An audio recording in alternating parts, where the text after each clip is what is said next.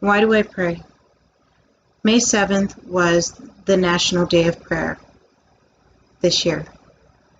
Normally, it's a one-day celebration, but because of the unusual circumstances that we are in currently, we were asked by fellow Christians to pray for 60 days instead.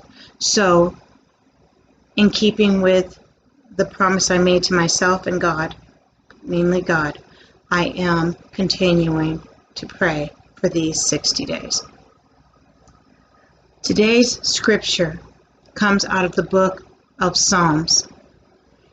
It's from Psalms 1, and it's the NIV version. It reads, "Blessed is the man who does not walk in the counsel of the wicked, or stand in the way of sinners, or sit in the seat of mockers, but his delight is in the law of the Lord, and on his law he meditates day and night."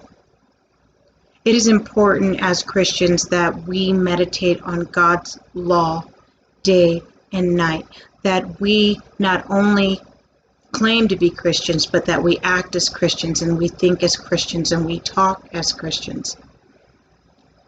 And mainly during this time of COVID season, that we believe as Christians. I've heard a lot of Christians tell me lately that I'm not going to live in fear. That when they're referring to the COVID and wearing their mask, or taking their children out, or keeping that social distancing, a lot of them just say, well, I'm not going to live in fear. Touché. I agree. God doesn't want us to live in fear any time in our lives. But he also tells us to seek wise counsel.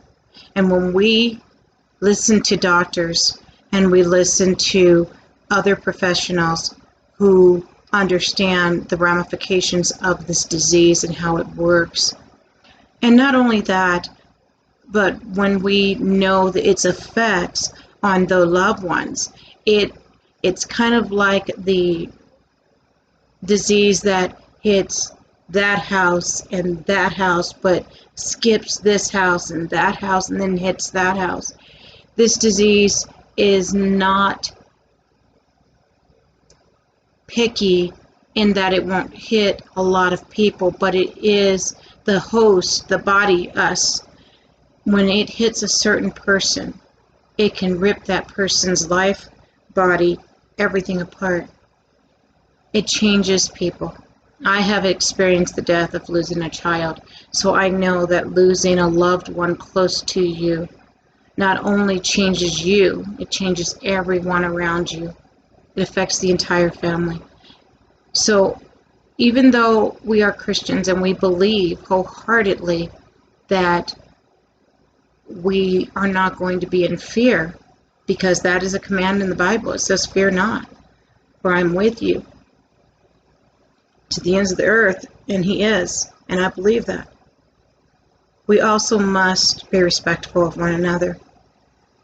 And being respectful and wearing your mask and keeping your distance from others, that's not fear. That's respect. That's loving thy neighbor as you love yourself.